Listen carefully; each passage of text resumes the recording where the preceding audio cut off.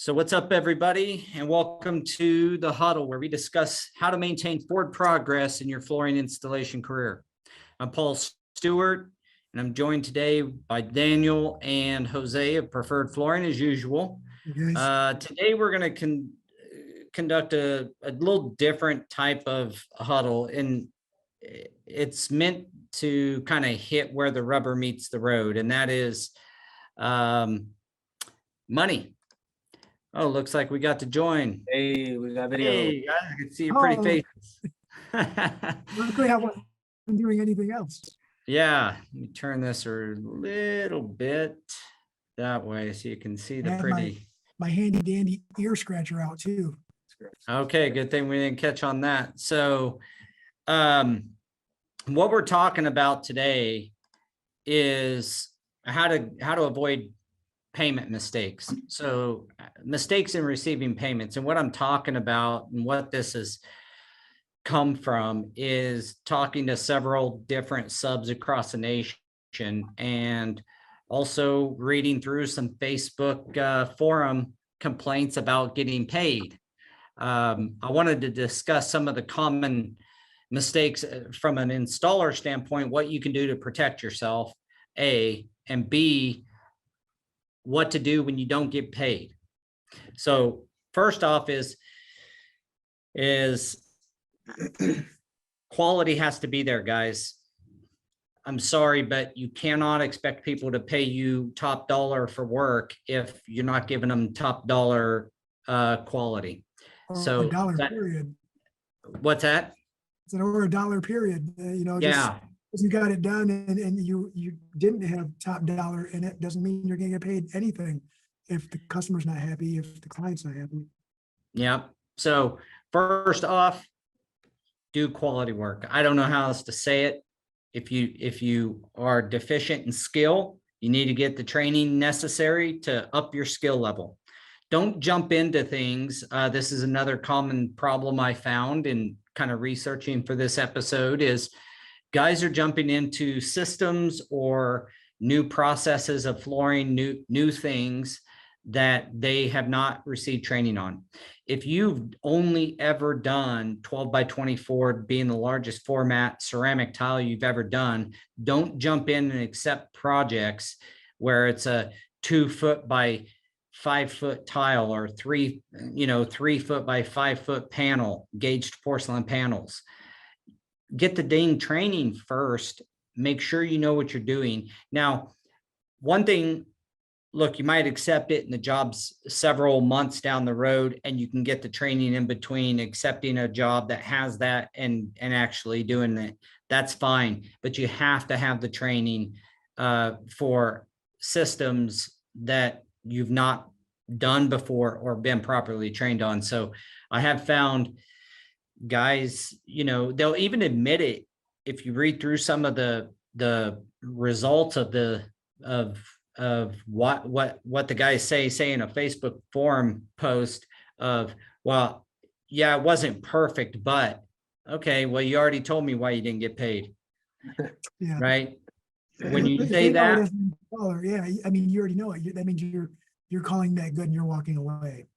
Yeah, you're saying, but we already know just by that comment that there's some deficiencies on the installation quality. Right, and there's a lot of guys that post on there too. Well, not just guys, but there's a lot of people that post on there too about taking pictures of other people's work and then putting them down and stuff like that. And I always chime in and they probably got what they paid for. And yeah, I mean, when you don't know how to price your stuff, it's because you probably don't really know what you're doing with it anyways. Or what goes into it. Yeah. That's a good time and labor that goes into it. Good point, Daniel, because if you're asking how much it should cost to install a flooring, you probably shouldn't be installing that flooring. If you don't have enough experience to know what your costs are going to be and then mark that up or make sure you're making a profit, you probably shouldn't be installing that flooring. Right. And then you said, you mentioned training when you don't know how to work with a certain material. And, sometimes you're not going to make that training, right? But we've spent many, many hours in the warehouse with the new material, playing with it out there, trying to see what can go wrong with it before we actually go on a job site and install it. I mean, we got a whole shower system in our bathroom over here at the office that I'm not gonna go and put this in someone's house when I don't know how it's gonna react with stuff.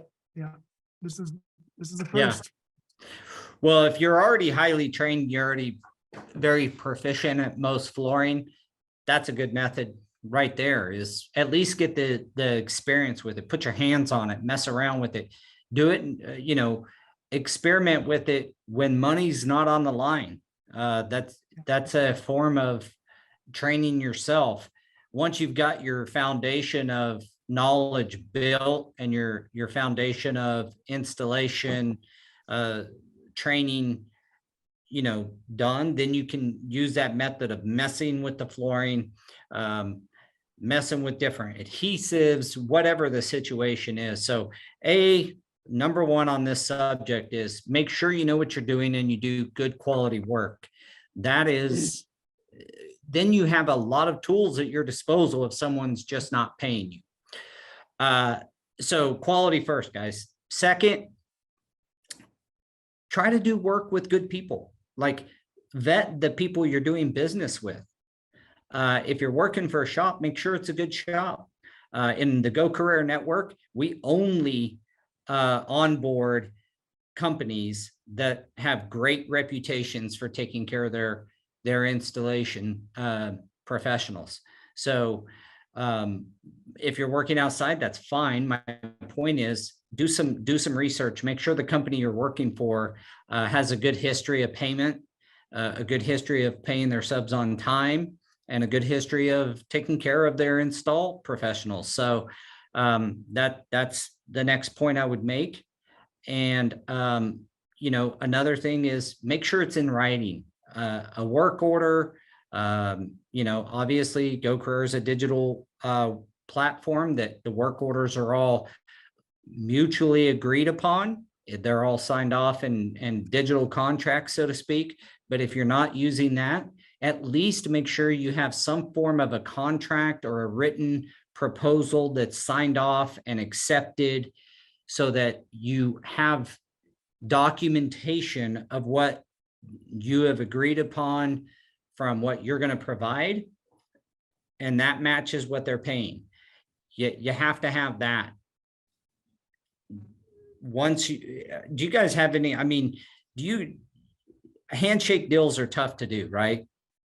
Like, what's your guys' input on that? Shouldn't we have, if you don't have a contract, if you're working with a GC and that GC sends you a contract, that's one thing. But say you're working with a flooring company and like a store or something, is there a work order or something that they're giving you that lays out what you're supposed to do, and then the price for that? That's 101, right? Yeah, we have people that we've worked with for 20 years, right? Like, I've known for 20 years. We still have email trails and agreements between that as a relationship. As the handshake is almost a thing of the past. I'm not even going to lie. Like, if it's between you putting yourself in a bad spot, or your friend or someone else putting themselves in a position to lose their job, their career, or that other company put themselves in a bad position, they're going to throw you under the bus no matter who it is. We've been fortunate to work with some people who are still not like that, right? But we meet in the middle. If something goes wrong, we meet in the middle, and we're okay with that. A lot of the beginning of the contracts for those guys are verbal or with a handshake, but then the process is still started, where we have email trail and documentation and signatures and approvals. We still have all that. And all that was a kind of learned in the beginning, getting burned, right? Because you go into it not knowing exactly how to do things, and then it's like it becomes a he said, she said type of thing, where it's like, well, I never gave you approval for that. I was literally on the phone with you and you said do this. And then when you don't have things written down, set in stone, email me back and let me know that this is approved. you know, you have to have that paper trail, even if you don't have a contract signed or a work order or something's missing from the work order. You got to Yeah. have that kind of communication written down so that way you can refer to it later. Yeah, you got to have something. You got to have something that, in my opinion, like best practice is making sure that you have, this is the scope, this is what I'm doing, and then this is the cost for that. Anything in excess of this is, and we know some of those variables. So for example, if you put a quote together and you send it to a customer, or someone sends you a work order and you're evaluating that work order from a store, you know the variables. You know that, like, make sure that, say, if you're doing a resilient floor, skim coating's not on your work order, make sure that it's clear. Skim coating will be additional, you know, or something of that nature. It's really just protecting yourself. Make the scope of work match the price before you move forward, whether it's an email, some way of having reference back. I read a lot of posts. I went through a lot of old stuff in Facebook to look through, and a lot of it's like, oh, I did this extra work and they don't want to pay me for it. Well, I mean, make sure you have written documentation proving that it's an added cost that is not part of the original work order, and you have at least that first piece of protection on yourself. Almost everybody's got a camera now. So, I mean, we like James said, we learned the hard way, right? We learned the hard way a couple of times working with the same company, thinking that things weren't going to happen the same way. And you know, after the second time, we took a very big hit. To us at that time was a very big hit, and that was it. That made it so that way. We have some clients same way in the flooring company where we'd done work with them for many a years, and it was typically on change order work. If we didn't document it right, it was hell getting paid, and sometimes we didn't. We went through the same thing, and that's why I'm here, is to try to, and you guys are here. We're just trying to bring up our experiences and hopefully prevent some new guys from really taking hits like that, because some of those can take you out of business. Yeah. I mean, some of them can put you in the old bankruptcy column, and it's important to document, have some paper trail of some sort. You know, I try not to plug Go Carerra every time I'm on one of the huddles, but the fact is having an equitable system to where here's the offer, you accept the offer as is, and then it gets awarded. That's an equitable system. Also, if I have a change order that I want you guys to do, I have to send it through the system, and you have to approve, you have to accept it, or vice versa. The installer has additional work, they have to submit a change order to the company, and then the company has to accept it. Just don't do the work till it's accepted. If you're doing paper, that's fine as well. But if you do more work than what's on the original agreed upon amount, get something in writing. Even if you write it on notebook paper and get the customer to sign it, anything is better than nothing. The key is to really have an equitable agreement. And if it's agreed upon and you did a good quality job and then they don't want to pay, now we can talk about some tools that the, legal ways of, putting yourself in a good position to be able to collect that money. Now, whether that's a homeowner or a business, and some of these things that we'll talk about, you have to make a business decision. One of them obviously is mechanics liens. They're very easy to file. The problem is if you do a ton of work for that particular client, do you really want to lien their property? Right? What does that do for your long-term relationship? So I would say first step is have a calm, professional conversation with the person and ask what your deficiencies are and what it will take for them to release payment to you. Another good method, just to digress a minute or just a second here is, getting money down on work is also, if it's a new client, even in commercial, a lot of times, if it's a new client and it's a smaller client, we'll ask for 50% down. And we get that probably good 60, 70% of the time, they'll agree to that. And we just explained to them that you're a brand new client. We've never worked with you before. We need to have some security in this position. So That's exactly what we've been doing. There's nothing wrong with it. There's no shame Right, in it. Right? especially in the commercial world, you get a bunch of companies that are bidding all over the US, and then they reach out to you from, New York or something, and they're like, hey, we want you to do this job. All right, well, here's my numbers, and I'm gonna need 50% up front. And if they say no right off the bat, it's like, sounds like you should probably go elsewhere. yeah, I'll usually have a conversation with them and explain to them why.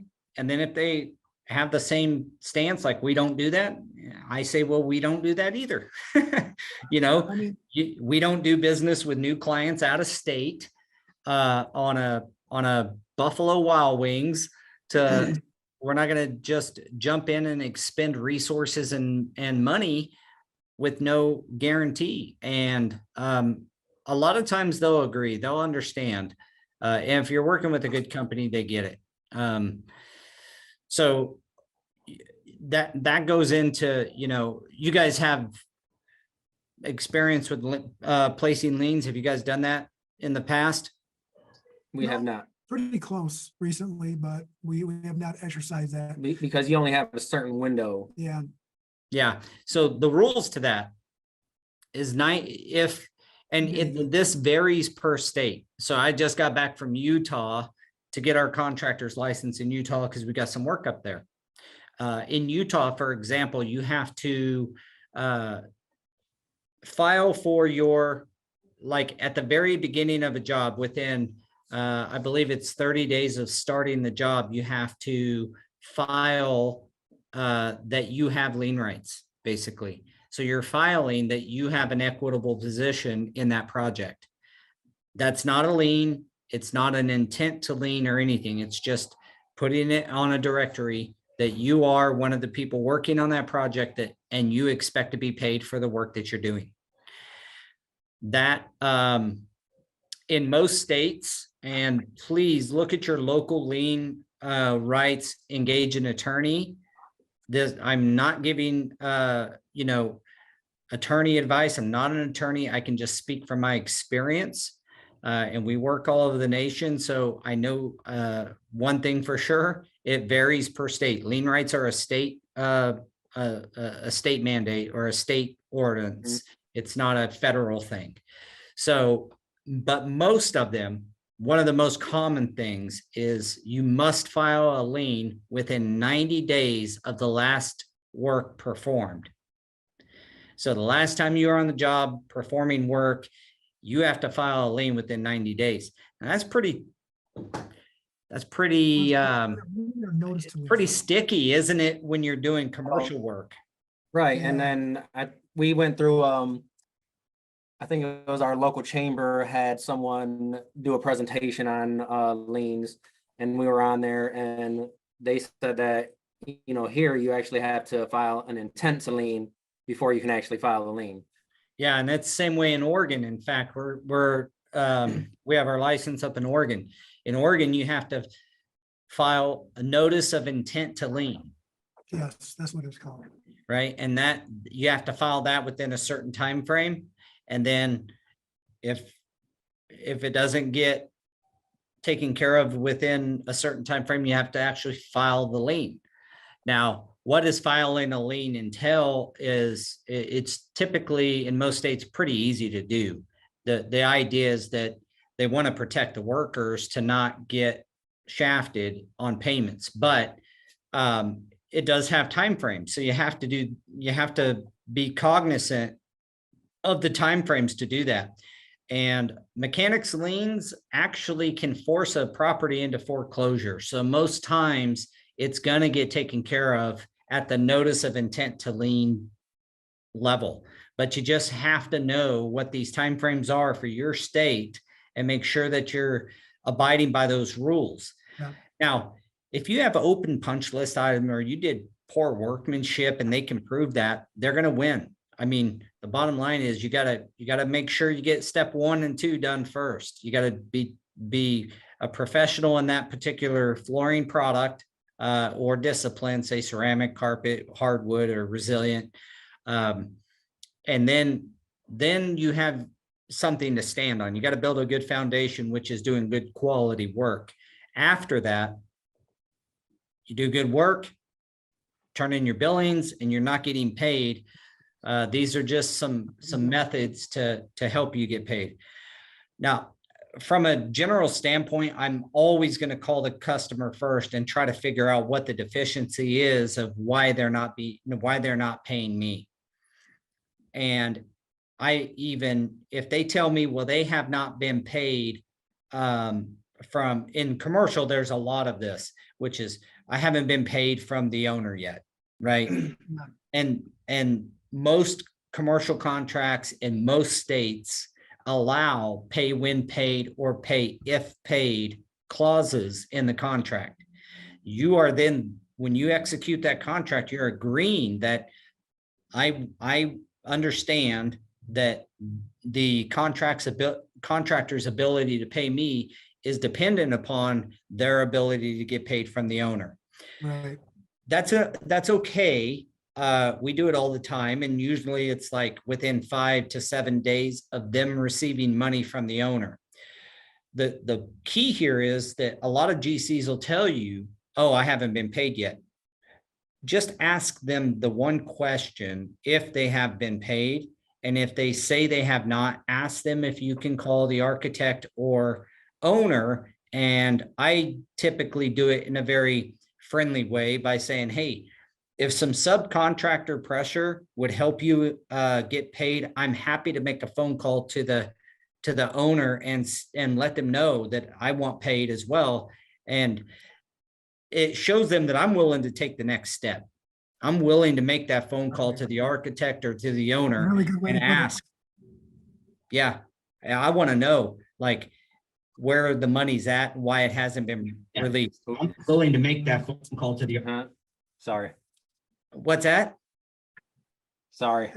Daniel's trying to technology right now. So, making the phone call to, or offering to make that phone call lets them know that you're willing to continue on the collection process. And when that happens, that usually releases the money pretty fast. Now, if they really haven't been paid, I have had contractors say, yeah, absolutely, go ahead. And then I send an email or make a phone call to the owner and I say, hey, this is Paul Stuart. I'm with Stuart & Associates. I'm working on XYZ project. And I just want you to know we're owed money on this job and we don't want to elevate this to the next level, but we need to be, we need our position covered, the money that we've expended. We need to be paid for our work. I don't even care if it's a progress payment, at some point you can't wait forever to get paid. It costs money to borrow money, right? And that cost is going up every month. I mean, the Fed just raised the interest rates another 75 basis points.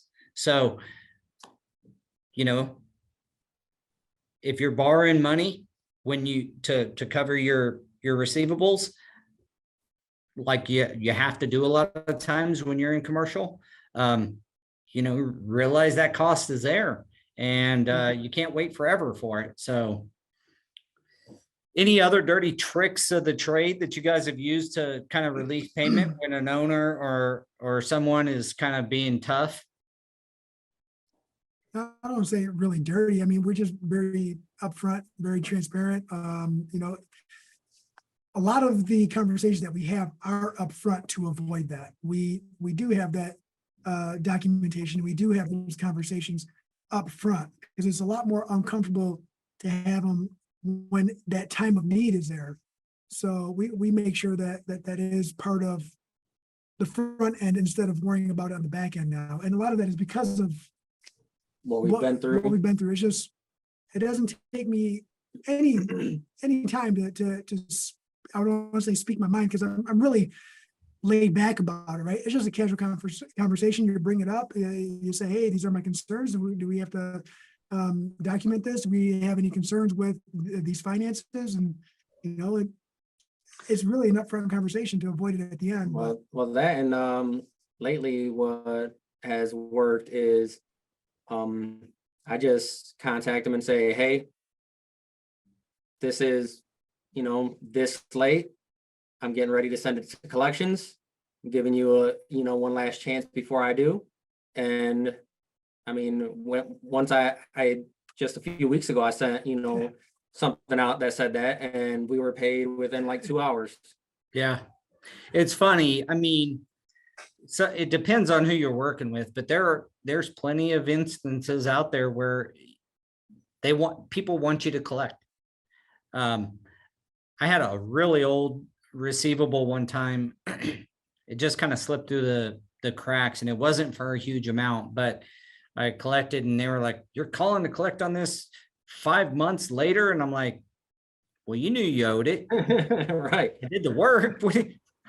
Yeah. I mean, there's no limitation there. I mean, I provided you a service. Just because I didn't call and collect all heavy on you doesn't mean that you don't pay me. You could have just paid me and this call would have never happened. Oh, well, it slipped through the cracks or whatever. So I think that up front, it's impressive. You guys haven't ever really leaned. Now, I'd say over 20 some years, we've leaned probably a handful of times is all.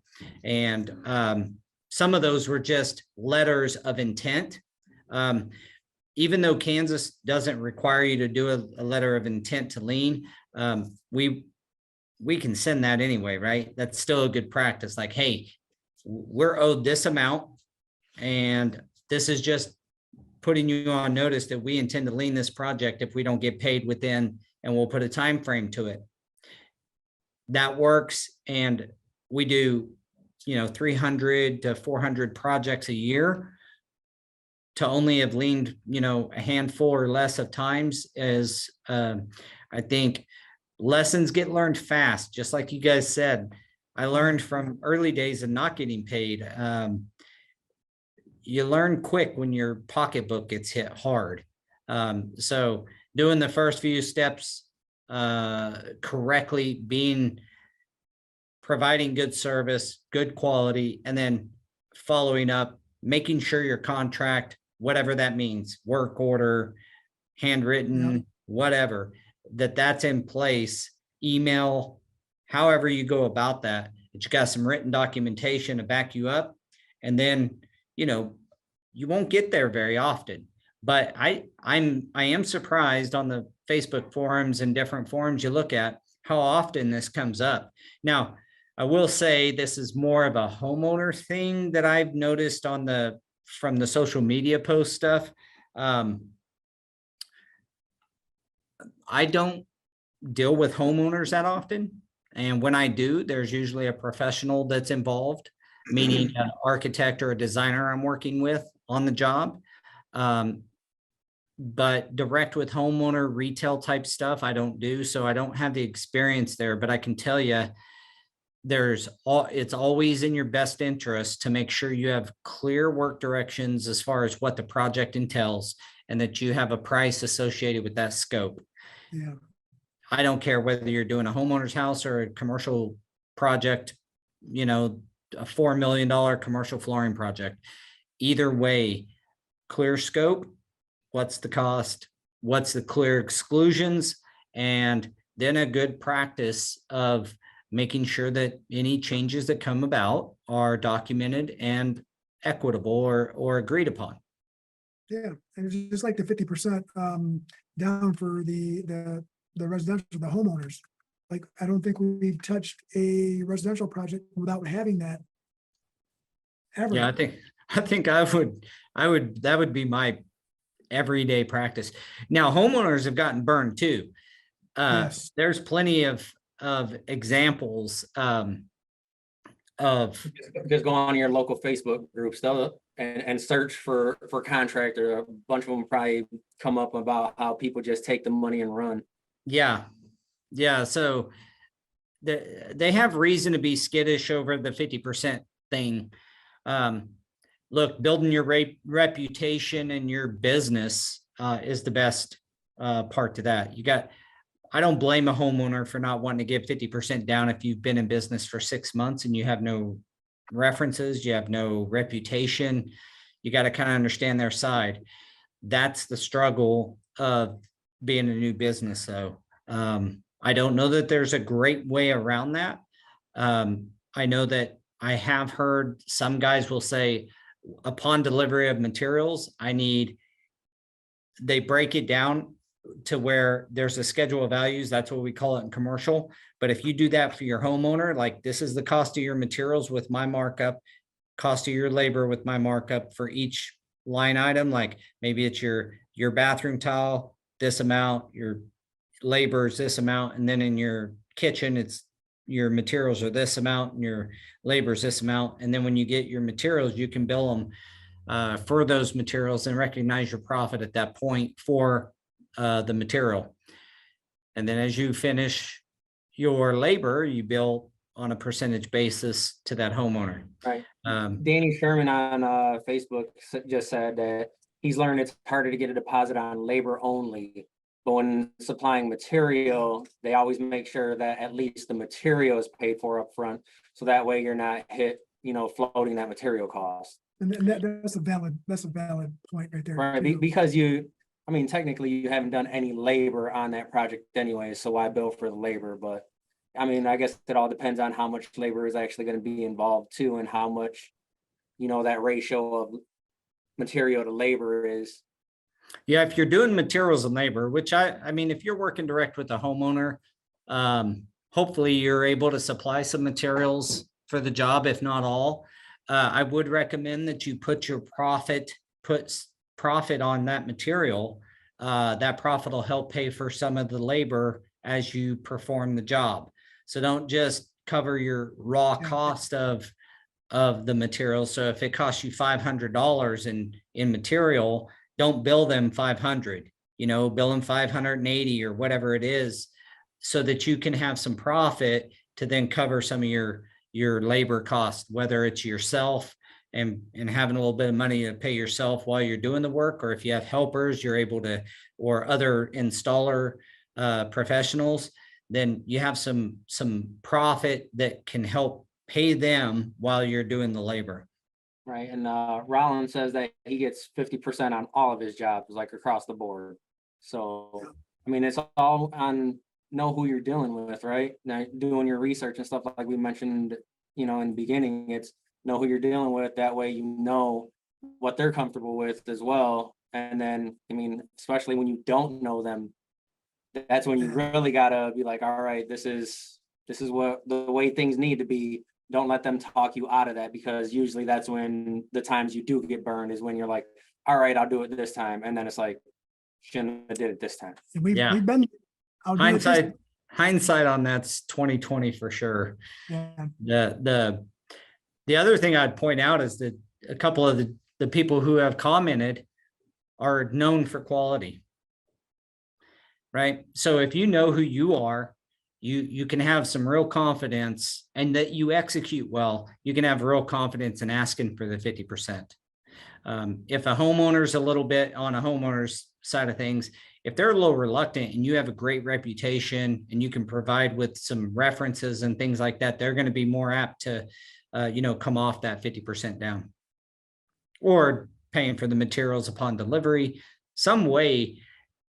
You don't want to get so deep into a project where you've got material, labor, all this expenditure and no money coming in. Been there, done that. And that's all like, back when the beginning stages, when it was a handshake. Yeah, of course, and then you start investing your own money, a lot more time than you need to, and you're not getting compensated yet. You do start getting nervous, right? But it's trial and error. Once you start getting there and you keep going, and maybe we didn't reach out and ask enough people information. Maybe, we didn't know enough people that were in that position of trying to grow a business to ask them, how did they operate? We learned a lot of things on our own. Well, anytime you want to know something, reach out. Like these guys been doing floor covering projects for a long time. I'm happy to talk to anybody new in the business that's trying to figure some things out and ways to protect yourself.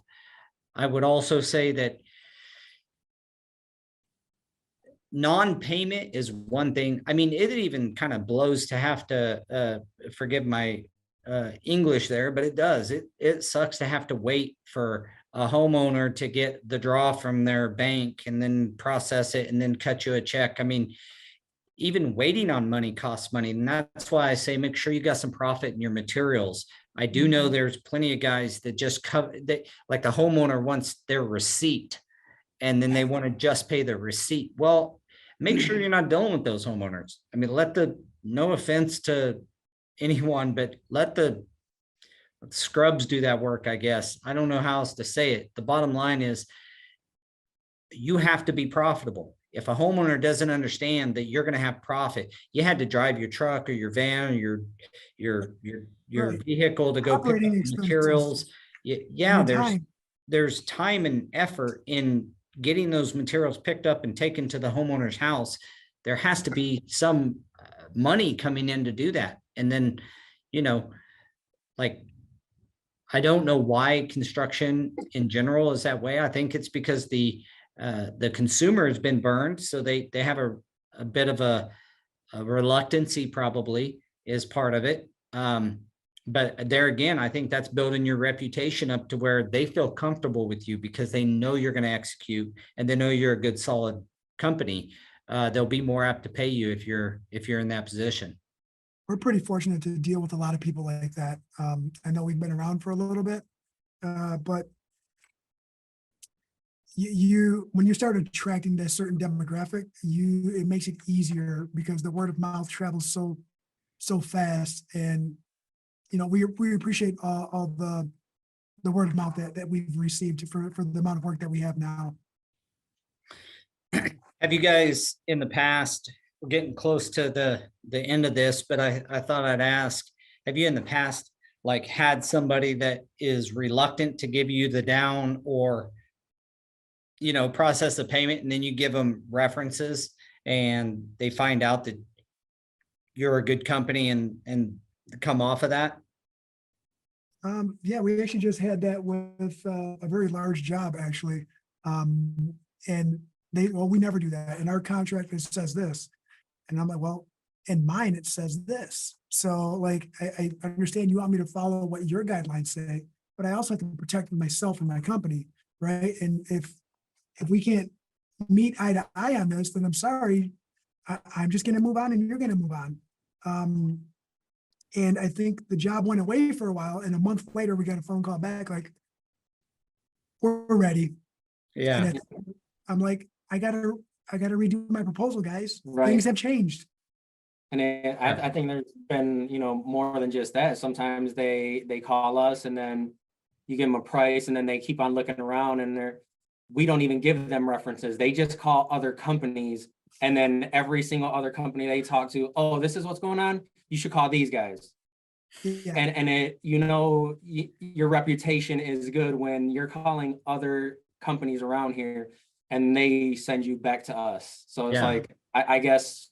Well, that's a great you guys are position. my only choice. Yeah, That's a really good position to be a in. little odd. It was an odd phone call to say the least, but I got a little bit of a forewarning because the other installer, one of them actually called me and said, hey, they called me. I said, no way, call Jose. And he prepped me for it. And when they called, I didn't use it to my advantage, right? I just, normal conversation, normal project, normal opportunity.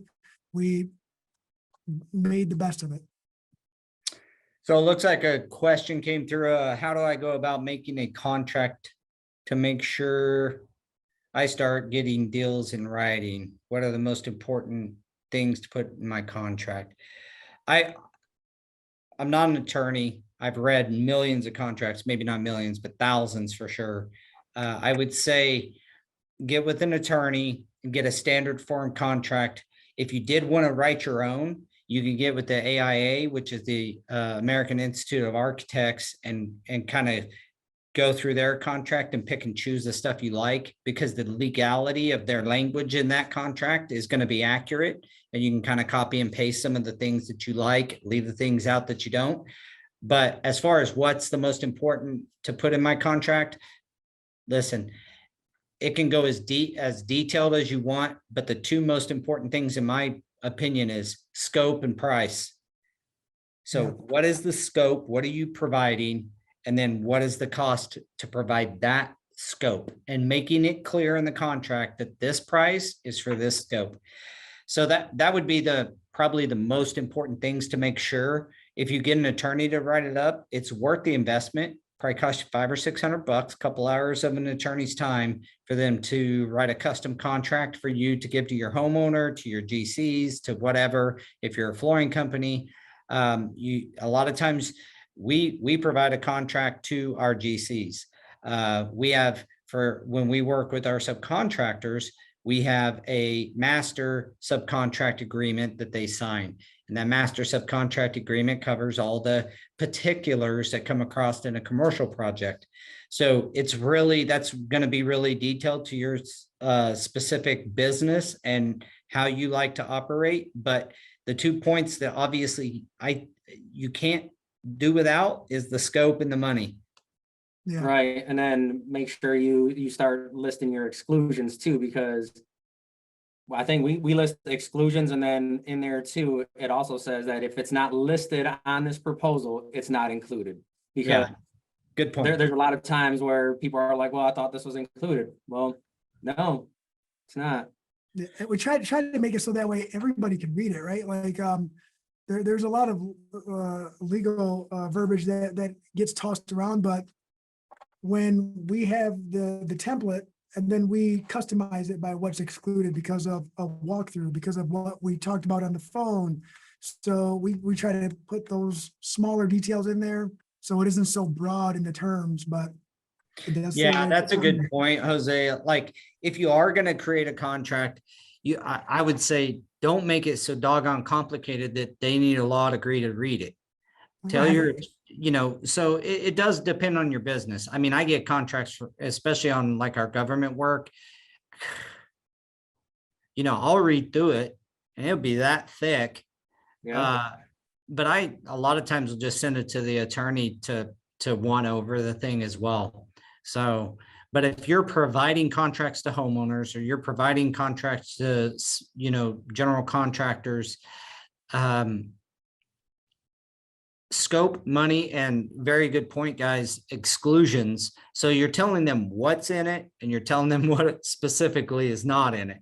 Right. And the so- other thing is, just kind of going over the basics, right? Make sure there's an expiration date on there. Danny just said that his estimates were good for 30 days. It's hard to even hold that right now. I know, right? Make sure there's an expiration date on it, and make sure that you have your payment terms in there, because when they don't know when they're supposed to pay you, then that's kind of when people will say, well, it slipped my mind, it fell through the cracks. Well, you knew as soon as I turned it in that, payments due on receipt, or there's a net 50, stuff like Yeah. that. Yeah. Well, that's a good point. When I say money, I mean all things money, payment terms. So that's good point. I'm glad Danny brought that up. Is it net 10, net due upon receipt, whatever that is, just make it clear what you're expecting from money from your client. And then obviously, again, the scope and the exclusions. It's hard to get out of it at that point. You know what I mean? You did a good job. Most people, if you have a contract structured in that way, again, get with an attorney if you need a contract. That's what I would recommend. None of us here claiming to be attorneys. We just read contracts quite a bit, so we kind of understand them. I would say, those two things, those few things we just discussed are most important. And then, Right. It's a do good place work. to start, and you're always going to be tweaking it, right? You're going to go through something just like anything else, and you're gonna be like, ooh, if that was in there, I probably wouldn't have had to go through this. So let me include that in everything. And some of what's in there isn't gonna apply to every customer, but you still keep it in there. That way you're not tailoring every single time, even though you are tweaking, you don't want to have things tailored. You want to be streamlined with what you're putting in there too. Ours has evolved so much, and it's simple, right? It's not long, it's simple. Well, there we go.